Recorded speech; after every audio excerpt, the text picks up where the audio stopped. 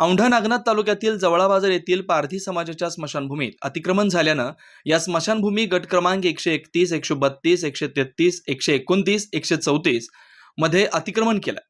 पूर्वजांपासून ही पारधी समाजाची स्मशानभूमी असून देखील यावर अतिक्रमण झाल्याची तक्रार करत आता या स्मशानभूमीची जागा मोजणी करून आम्हाला आमची स्मशानभूमीची जागा द्या अशी मागणी करत औंढा नागनाथ येथील तहसील कार्यालयासमोर पारधी समाजाच्या वतीनं बेमुदत उपोषण सुरू करण्यात आलं।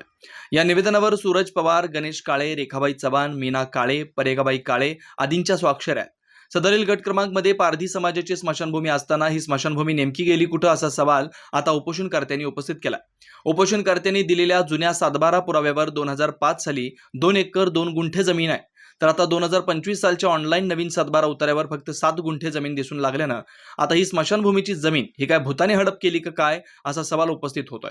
उमेश चक्कर, प्रवाह नेटवर्क, हिंगोली। माझं नाव सूरज पवार। विषय जवळा बाजार येथील पारधी समाजाची स्मशानभूमीचा आहे। स्मशानभूमी ही 2 एकर पहिले 2 एकर 2 गुंठे होती। त्यात आज रोजी दिनांक आज रोजी तिथं फक्त 7 गुंठे निघत आहे। तर बाकीची जमीन गेली कुठं हे मान्य आम्ही करण्यासाठी बाकीची जमीन आम्हाला भेटाव करता आम्ही आज रोजी औंढा नागनाथ तहसील कार्यालयात उपोषणाला बसत आहोत। का आमची जमीन आम्हाला वापस मिळाव करे। 2 एकर 2 गुंठे कुणाकडे गेली वाटतं, काय मागणी तुमची? ती जमीन जी गेलेली आहे समजा ती अतिक्रमांकमध्ये गेलेली आहे, तर त्यानं तहसीलदार साहेबानं कलेक्टर साहेबांनी हे आम्हाला आमची जमीन अतिक्रमांक हटून आम्हाला आमची 2 गुंठे आपल्या 2 एकर 2 गुंठे ही आमची स्मशानभूमी आम्हाला वापस करावी। मीना सुभाष काळे आहे।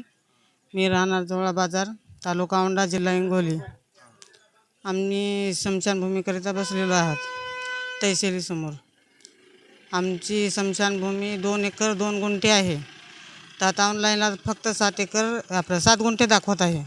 त्याच्यामुळं आम्ही हे उपोषणाला बसलेलो आहोत। कोणाच्या नावावर स्मशानभूमी होती, काय मागणी आहे तुमची? आता अनुदान आहे सर ते पारधी समाजाचं। आम्ही पारधी समाजाची आमची स्मशानभूमी ते गेलेली आहे। ती आमची स्मशानभूमी कुठे गेली ती माहीत नाही। आज रोजी